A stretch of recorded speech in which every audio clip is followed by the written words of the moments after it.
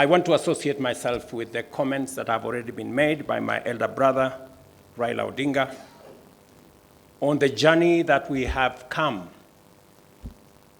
as our two political formations. When His Excellency Raila Odinga decided to run for the position of Africa Union Commission Chair,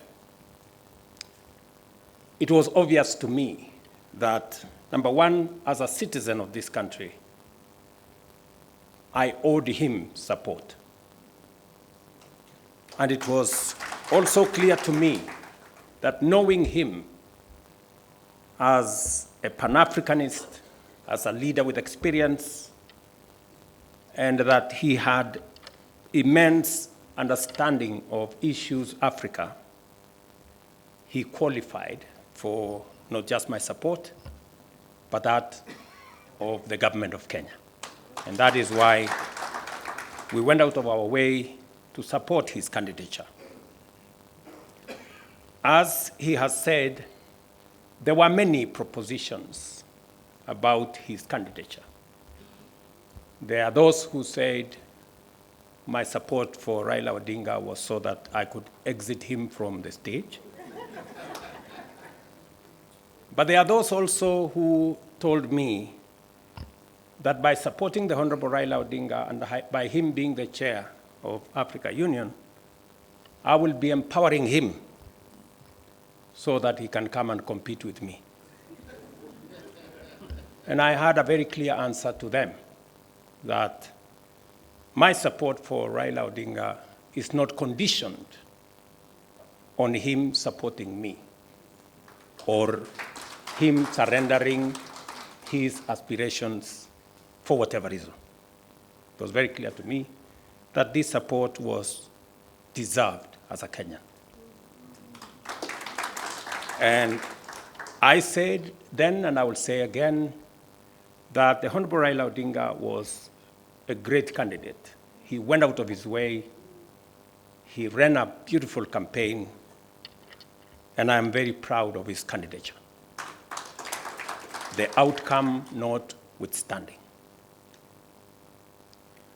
And when he came back, we have been working together in the broad-based arrangement that we have that is inspired not by what is in it for me or him, but how we can close ranks and deal with the issues that affect the people of Kenya.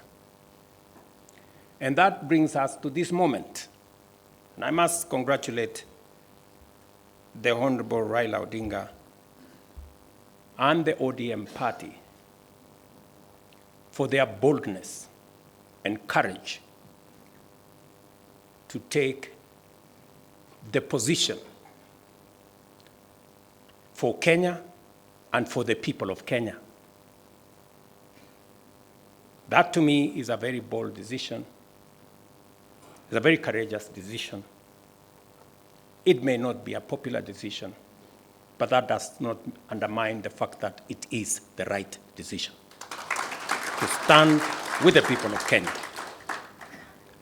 And allow me to say that our country is undergoing major shifts across socioeconomic and political spheres. Many of these transformations are occurring within the broader context of globalization and unprecedented technological, geopolitical, climatic, and demographic changes, creating an atmosphere of immense pressure, formidable challenges, and even an existential crisis. Never before have Kenyans expressed such a deep and widespread yearning for positive change and political, economic, and socio-economic transformation that leaves nobody, no community, no region, no religion behind. The expectation for fundamental progress is unanimous, consistent, intense, and universal across the nation. there is no one part of Kenya that does not yearn for progress and transformation. These aspirations, grounded on our nation's enduring character of boldly pursuing freedom, democratically managing our diverse interests, and engaging progressive institutions such as a clear notice for all of us that the time has come for us to seize this historic opportunity, unite more strongly than ever before, and deliver meaningful change to the Kenyan people. We undertake this commitment with the understanding that while our political parties may differ in strategy, we share a common goal: to build a united, secure, and prosperous Kenya under a government that is capable, committed, and willing to ensure abundance and opportunity for all without exception. This realization has enabled Kenya's largest political movements to engage constructively, recognizing the unique opportunity before us. As leaders and as a generation of citizens, we must embark on a bold and radical path of national transformation, confronting and resolving the fundamental issues that have shaped every national crisis since independence. And we have had an able listing of what this is. This is the path towards the promised land where freedom and opportunity are guaranteed for all. We recognize that this moment is unlike any other. It is not enough to merely identify systemic and structural obstacles that have denied generations a fair chance to achieve their aspirations. More importantly, we must rise above political differences and embrace a higher vision of the Kenya we all deserve. Understanding, therefore, that jobs, wealth, enterprise opportunities, and social services must be provided within an environment that is free, open, democratic, and competitive, we move forward with a shared commitment that is not only doing the right thing for our nation, but also to ensuring they are done right. We, the leaders of UDA, Kenya Kwanza, and ODM, commit to implementing the NADCO report to address key national issues, including the cost of living, youth unemployment, and gender inclusion. We also pledge to foster inclusivity in governance and development, protect and strengthen devolution, invest in creating opportunities for the youth, uphold integrity in leadership, and safeguard the right to peaceful assembly. We will raise and manage national resources responsibly to reduce our debt burden by ensuring transparency, responsible borrowing, and an audit of past debts. To realize and to know what has been borrowed, for what purpose, and how is it going to be paid.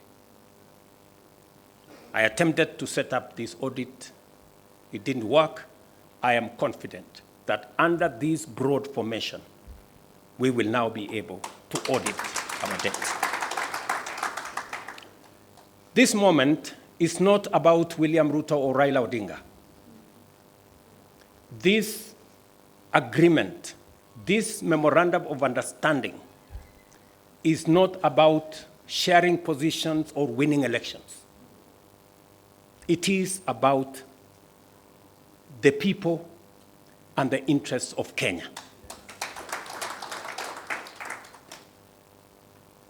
That is what is significant. To me, the interests of this great nation. We have talked about Kenya of potential for far too long.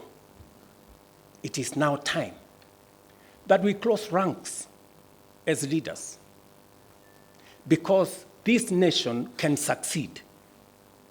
We have what it takes to be a great nation.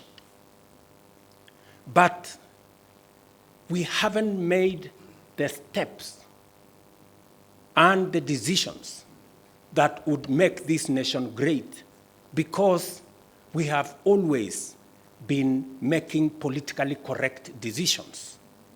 We need to make decisions that are correct as far as the interests of the people of Kenya are concerned. I must congratulate His Excellency, the Right Honorable Prime Minister Raila Odinga, and the courage he has to make difficult decisions.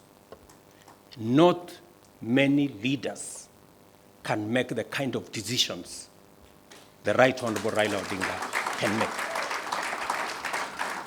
Very few people can put the interests of the nation and the interests of the people above or ahead of their own personal interests. I say that without fear of any contradiction, because I know the kind of difficulty my elder brother has got to go through in getting us to this position. And my brother Raila Odinga, history is going to charge you fairly for what you have done for this nation.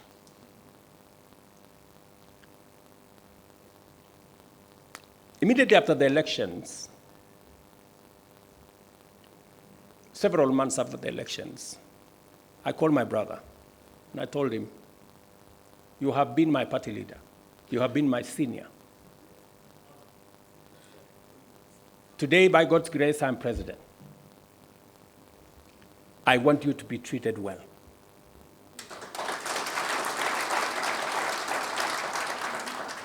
And I will do whatever it takes to make sure that you have respect in Kenya."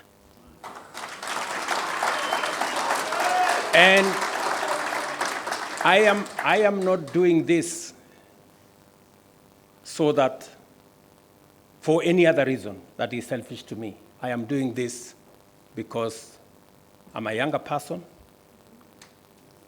You are an elder as far as I'm concerned, by age. And the contribution you have made to this Kenya deserves respect and deserves support. And that is the relationship I have built with the Honorable Raila Odinga. And I am very clear in my mind that going into the future, it will take more than Raila Odinga and myself. It will take every one of us to pull this country together and to achieve the things that will change Kenya for the better. Let me say this, that equally, we will fight corruption decisively, eliminate public resource wastage, and uphold the rule of law and constitutionalism, ensuring that government officials respect judicial decisions and protect the rights of all citizens. Our collective goal is a just, equitable, and prosperous Kenya for all of us. Thank you very much to all of you. May God bless our great country, Kenya. Asanteni sana.